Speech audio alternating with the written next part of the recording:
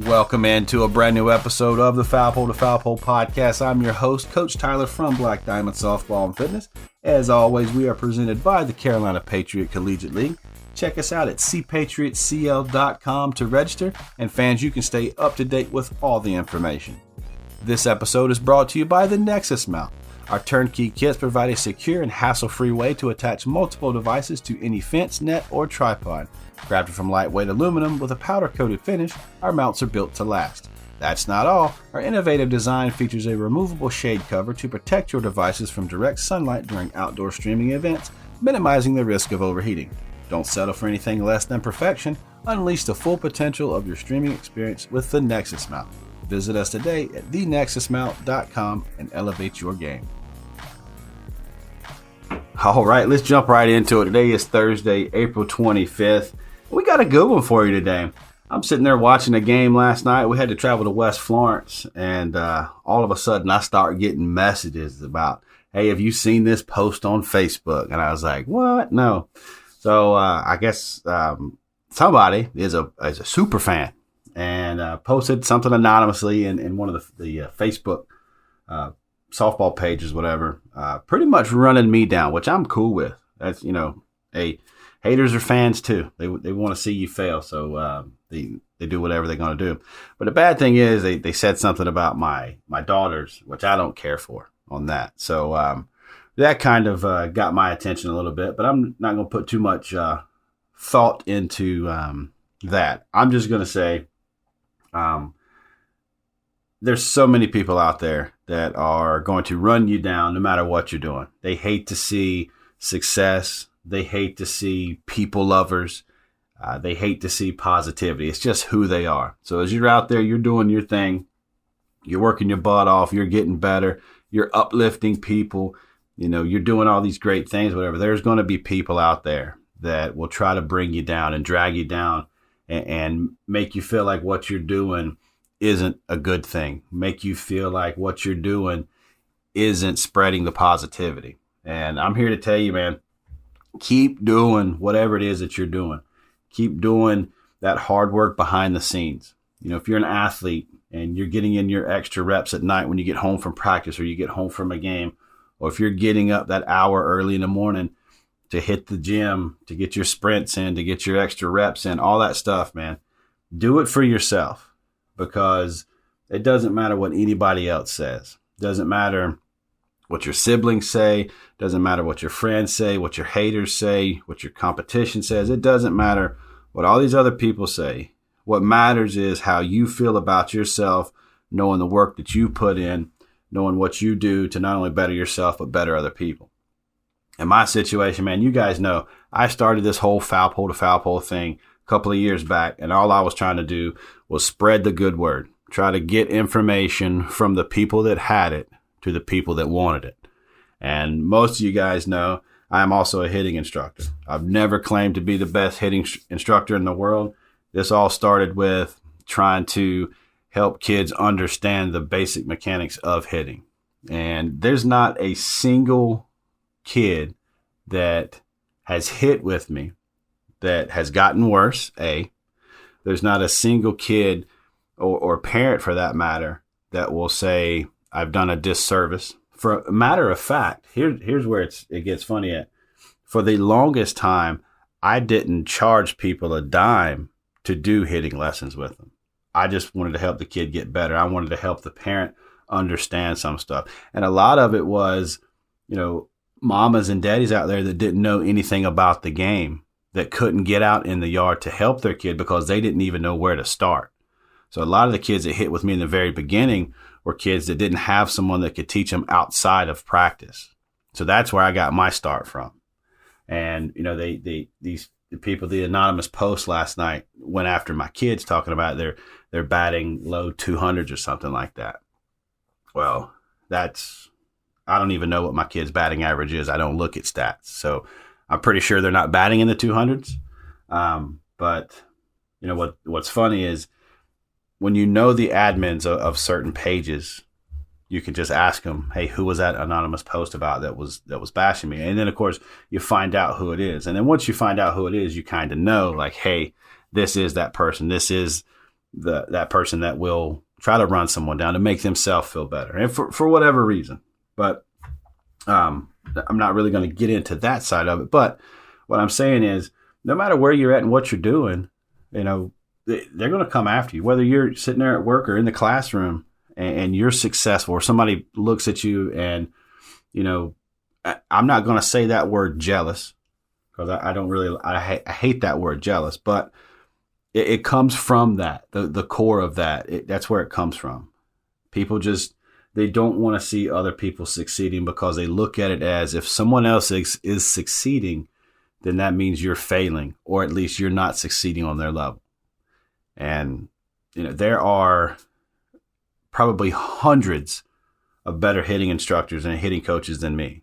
I pull from a lot of those guys, and I'm not trying to make the next Jocelyn Allo. I'm not trying to make the next Lauren Chamberlain. I'm not trying to make the next Sis Bates. I'm not trying to make the next whatever. All I am is just a piece of someone else's puzzle, a part of their journey. That's all I'm trying to do. And even me I've got haters out there. And at this point, by now, I've been doing it for long enough that I'm going to get haters. But, for the ones that are in my corner, the ones that do know me, the ones that have been around me and talk to me and have their kids hit with me, or used to have their kids hit with me, or at least know someone that does, I think they'll all, attest to the type of person I am, the type of coach that I am, and that kind of stuff. But for the haters, man, come on, keep hating, because for everyone that hates me, there's about 100 that love me, and I'm cool with that. I'm comfortable in my own skin, if you'd say. So anyway, just want to sort of address that, because I know there's a bunch of people that had sent me messages and asked me if I had seen it and this and that, and the post has been removed. The admin's like, yeah, we're not going to let that ride. So the post was taken down, and I kind of wish the post was still up there, but it is what it is. I got a bunch of buddies and a bunch of friends that saw it and were like, whoa, wait a minute, have you seen this? So anyway, as we get closer and closer to the end of this high school season, I can't wait for it to be over. It's just one of those years, man. It's the drama from within the team has sort of taken over, and the kids, they're just dreading being at the ball field, and you can see it on their faces, and I hate that for them. And I want them to get away from the high school softball season so they can get back to their travel ball teams and fall back in love with the game. And it's hard. I know you can't let other people sort of dictate your mood and your mentality and that kind of stuff. But man, we're talking about 14, 15, 16-year-old kids that, it's hard for them to compartmentalize that drama or that negativity and just let it wash and then try to be positive. It's tough. It truly is. This year, I've been super proud of my daughter, my oldest daughter, for just, she's not letting it get to her too much. Like she's just one of those, buddy of mine always talks about how that youngin just stays positive. And it used to not be like that. She used to be one of the worst in my comparison to just letting one bad play happen and it would affect the rest of it. And like, how Pete Rose would say, there's offense and defense to baseball. It's the same thing in softball. So if you strike out on the offensive side, don't take that to the defensive side. And if you drop a pop-up, playing third base, don't take that to the offensive side when you time's up to bat. And it's tough. She had to learn that the hard way. And I'm sure a lot of my listeners, y'all have that too. It's just like, how can I get her to stop feeling so bad about herself after an error and have her go up there and produce or give her best and try to stay positive. And it's tough, man. Heath Miller's one of the better coaches I've ever had the pleasure of knowing. And he has to deal with it too. And he tells them, just slap the glove and say, hey, I need somebody to pick me up, or hey, pick me up. You got me. And what that does is just it sort of pulls you out of that moment where you feel like you've let the world down and all eyes are on you and that kind of stuff. And, your teammates are there for you. And it's tough. But what they don't realize is the best professional athletes in the world make mistakes. It's not the end of the world. But, man, it sure does feel like it. I remember playing a men's league when I was at camp. Well, no, I was at 29 Palms in California, and I let a ball go between my legs, and I was like, oh man, everybody in this place, all the players, all the spouses, all the people that were there watching were like looking at me because I just let a routine ball go between my legs. So I know exactly how these ball players feel. You're on an island, and it's the worst. And it's like if you're a pitcher and you walk in the winning run, there's nothing anyone is going to say, or nothing that anybody is going to do that's going to make this thing feel better. It's got to sort of run its course, but you just got to understand it's part of the game. But anyway, I want to leave you with this one today, and it's, we seem to be in competition with everything we do, whether it's who can make the most money, who can have the biggest house, who can drive the best car. We use our kids as accessories of how good they are, what school they get into, what team they play on. We post them all the time, and that stuff is good. Post them, celebrate their successes and stuff. But we're in such a competition that we've kind of gotten away from being human beings, caring for one another, being positive for one another, and clapping for one another. And I know I got a lot of friends. Sarita Parnell is one that will cheer for anybody's kid. And I got a bunch, but Carmen Carter, she will cheer for anybody's kid.